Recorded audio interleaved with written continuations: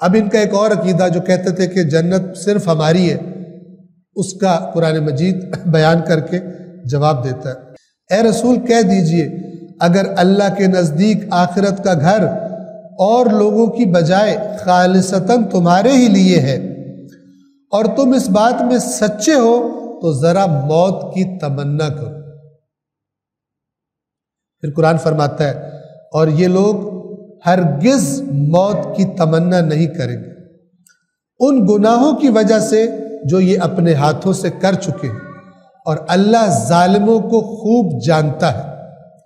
بد عمل انسان موت سے گھبراتا ہے، یہ قرآن کا فارمولہ ہے۔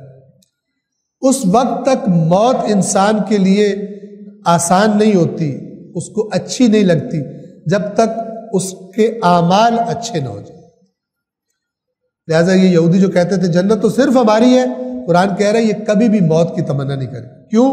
اپنی حرکتوں کی وجہ سے، اور قیامت تک ایسا ہی ہے۔